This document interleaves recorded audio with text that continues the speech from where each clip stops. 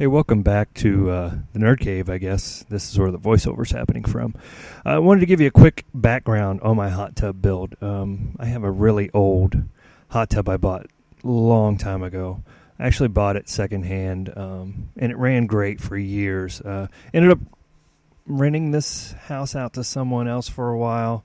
Let it go. Didn't keep it functional, and you know, I'm sorry for that when it comes down to. But hey, we're going to rebuild it and we're going to make it right again. So here's some pictures of it. The shell had a couple of pinholes, had to patch. One ended up being bubble that popped, so I had to put a bigger patch in. But you'll see in the later pictures, you'll see some paint. It matched pretty close, but not quite. But you know, as long as it holds water, I'm okay with that. Had to rebuild the entire frame, the bottom, the plywood was all rotten, as you can see from the pictures. It was a lot of work, but hey, worth every penny, and saved a ton of money over buying a new one. Here's the old spa control unit. It's really old. As a matter of fact, I think there's a service date up here. Let me see if I can get that in focus. Looks like it was serviced in 95. Oh no, date manufactured. There it is right there. 9/25/95. So this spa is built in 1995. So that's what we're going to redo. We're going to make it new again. As you can see, it had a mechanical timer. Looks like it could have a single 2-speed pump, the command center plug-in, which is just the buttons up top, and they were pneumatic. And it also had a plug for an ozonator, which I am not going to put back in. So we're gonna throw everything together. I've already built the frame, so let me show you a little bit about the frame. Here's a section of the frame that I've already completed on all 4 sides. I used a pocket hole jig to connect these pieces together. I used the old frame as a template. The pocket holes are actually on the inside, so you can't see them from this video. And then I just attached everything together to make it sturdy and square. I recreated it from the old ones, so they were all 1x lumber, but it's definitely much stronger than the old rotted out sections. And again, I just used friction fit on the 1/2-inch foam. So that's frame was pretty easy. New plywood on the bottom. You can tell in this picture it's all rotted out. So that was the frame build. It's pretty easy. Didn't take me but maybe an hour or two. And then just slid the acrylic back in, the acrylic fiberglass piece, which by the way is exceptionally light. Well, I shouldn't say exceptionally, but it's very light when you don't have any water in it. So that part was pretty easy. Sorry I didn't get video of that.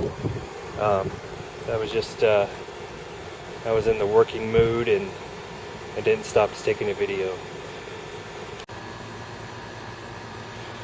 Okay, back to the hot tub build. Welcome back everybody. We're not in the Nerd Cave. We're outside in the backyard. This is my old hot tub that I've been doing a rebuild on. We have the insulation in now. It's just dry fitted in. What we'll do is end up putting these fence boards along the outside to encase the frame.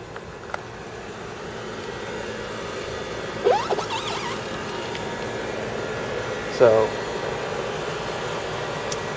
this is what it looks like.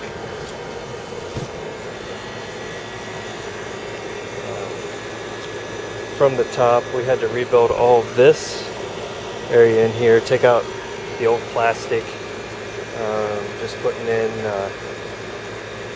some fence board in there for now until I decide, you know, what to put in there. I think this is going to work for now.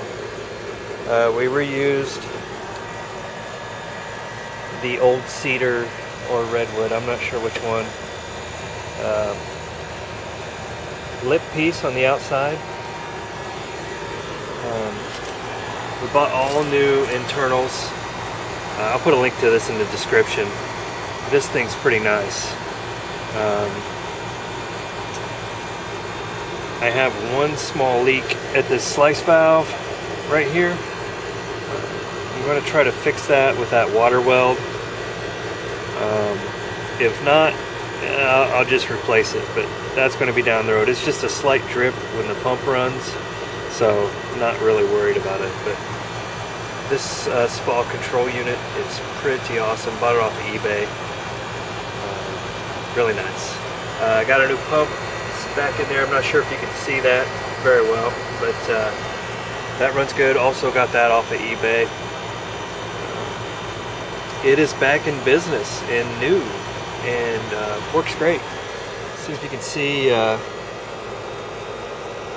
yeah, right there is the control panel for it. So we're at 98 degrees right now.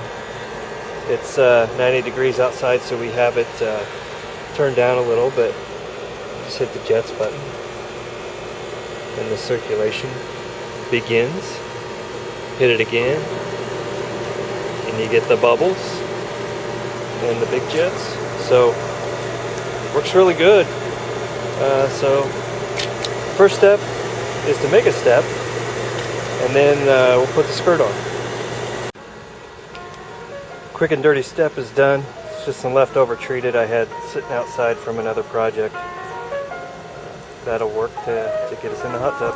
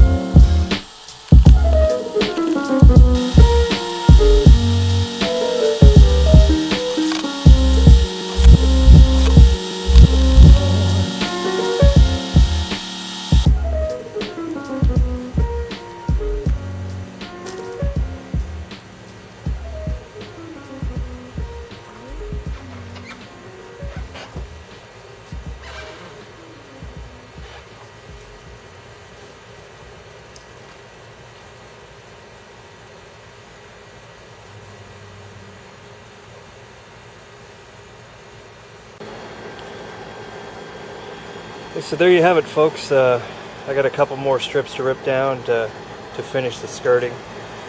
But there it is. It's